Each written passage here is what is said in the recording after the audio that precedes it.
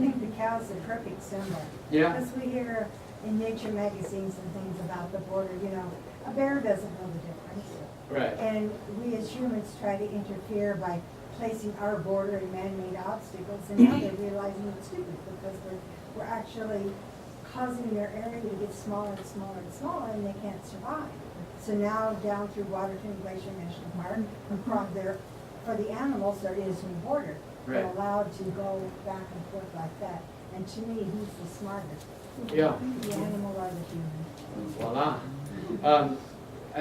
I've heard a lot of nice border animal stories since I wrote the book, you know, that I would have probably sprinkled them in there if I'd known. But one that I really liked was somebody coming down from BC into the States and had a truckload full of geese.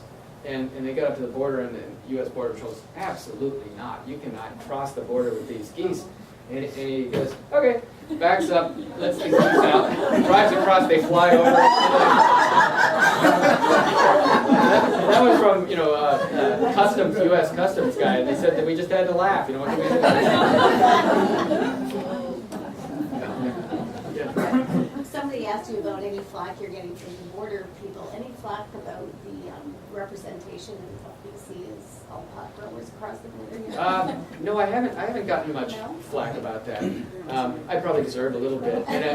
But she was asking if I get much flack for depicting BC as a pot haven, and I guess it's kind of hard to argue that there aren't a lot of people in the pot business up here. But obviously, I'm just writing about that small slice, you know, that entertaining slice, because that's what they're catching on the southern side. You know, so. Just the dumb ones. Just the dumb ones, right? Well, I'm new to the area, and I was thinking, whoa, I didn't know this is where I had moved. Well, it's funny because I was talking to this American book group of women that said, I was one of those phone interviews things, and they're in Massachusetts, and they say, we're just all sitting around here drinking white wine. If we were a book group up in Canada, would we be smoking pot? Well, wait, you're in your 60s? Probably not. Maybe so.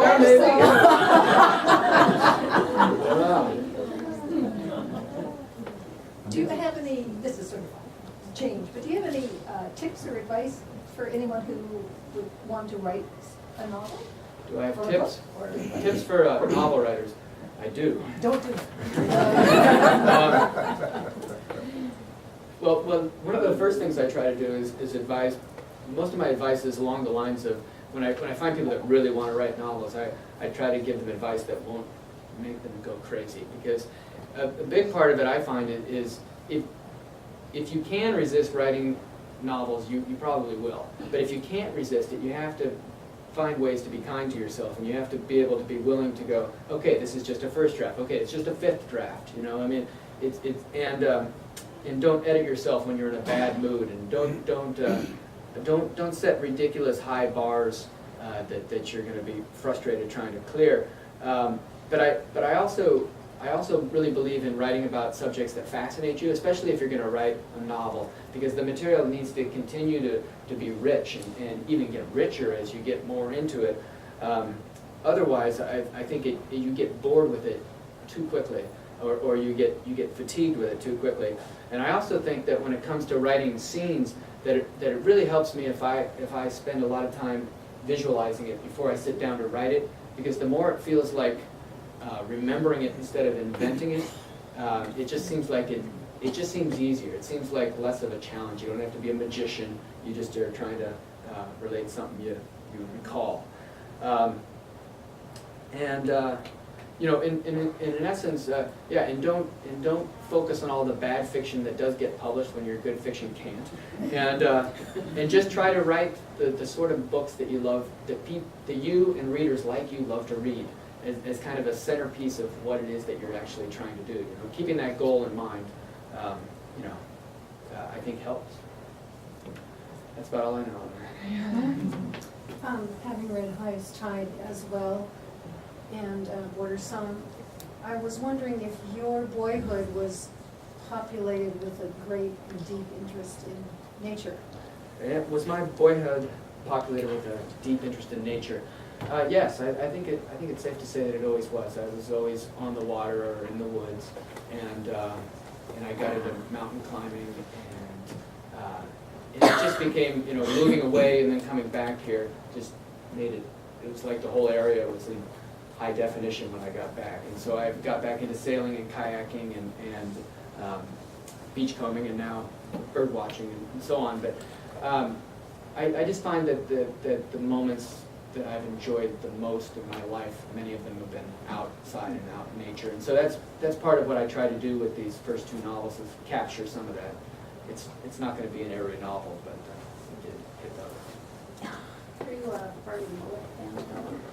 Am I a Farley Mullet fan? Yeah, no, I did enjoy I it. just wondered how that he translated to the States the way he did with kids in Canada. No, I was a big fan, Yeah. especially early on.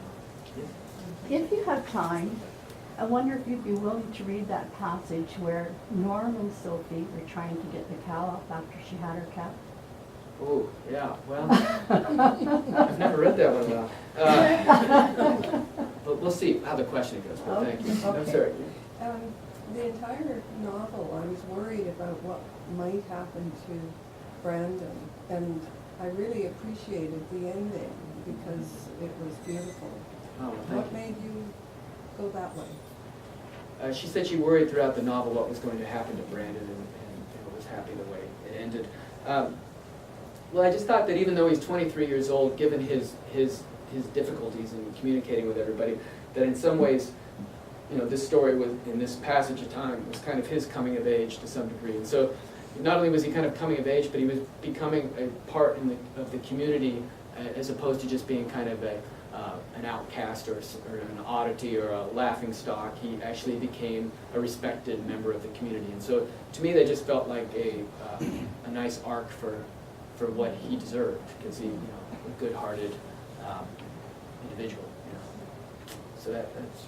Our book club discussion thought that it could have been because it was small town, and small town does have acceptance more of irregulars, that could have been why he fit in as well as he did. Or I think that's perhaps true too. That small towns are more forgiving and kind of embrace their irregulars. I was worried about Madeline, and wondered why you chose to go that way with her. Why did I go the way I went with Madeline? I just I heard myself answering this question not too long ago, and what I said was that I've always had a weakness for reckless women. I kind of think there's some truth to that. I thought that you know, that she's in a slump in life as far as her decision making goes, but she's basically trying to fend off adulthood. You know, the normalcy of adulthood, and so I thought that you know, that even really good people have you know, go on slumps, and this was kind of during her slump. And I also thought it was I liked having Brandon have a crush on somebody who was a little off her rocker a little bit. You know, that's more refreshing for me, more interesting than if she had it all together. In your initial view of Brandon, he could intimidate people, but that was his size. Was he ugly? No, Brandon isn't ugly. No, but he's just somebody who's 6'8" ¼ you know, tends to kind of people, you know, kids get afraid of him and that sort of thing, just from the size alone. So I kind of liked him being the gentle giant, and no matter how much he slouched or whatever he did, he still was a really large man. And I interviewed all my really big friends to kind of help everyone. I actually have a nephew who's about, maybe not 6'8", but like 6'5" or 6. Yeah. Tall, thin, and he is quite abnormal in the sense of his interpersonal things are very much like, I haven't read the book, very much like I've read it. And yet he literally scares people just because he's sort of gangly, and his conversation is always awful whack, out of whack. Yeah. Anyone else? Yes. So what are you working on now? The novel I'm working on now is set in Seattle, and it's set in large part during the 1962 World's Fair.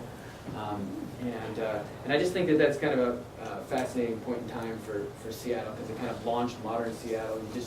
You just had commercial airliners, Boeing had just had its 707 and so on, that were suddenly, people were flying to the fair, and it was the big road trip in America to get to Seattle for this fair. And it was predicting what the 21st century was going to be like. And so they had all these crazy predictions of, that we'd be eating scrambled eggs out of aerosol cans, and all using flying cars. And so I just had fun with what the predictions were and what reality was. So the book jumps back and forth in time from 62 to 2001. And so far so good. I'm happy. Any movie deals in the offing with this book? Any movie deals in the offing? Well, I was really excited about a proposal on Border Songs that came through, where they're looking to make a cable television series out of it. And I think what they were thinking was kind of a more serious northern exposure on the border kind of cable series. And I'm not sure if that's going to develop or not. And then there's also a film offer that we're looking at right now on it. And it's going to be on the stage in Seattle. They're adapting it to the stage next fall. So. Next fall is in 2011? Yes, in 2011 in September it'll be on the stage. I just wanted to share that I lived down the Snoqualmie, Seattle area for the last 10 years up until this year. And everyone, my golfer buddies and everybody, they honestly thought that pot was legal. They say, isn't it legal? Yeah. It's not exactly. So that's why that works so well, I guess. Well, and when I interviewed, it's a different stripe of a situation altogether. When you interview a BC pot advocate versus a U.S. pot advocate, I mean, because in BC it almost sounds like the real advocates of it almost make it sound like a civil right. That they've been persecuted, the cannabis lovers, and down in the States it's much more whispering. I mean, and it's still much. They're not nearly as public about it. They're not out of the closet down there. Is that why Mark Emery's down there?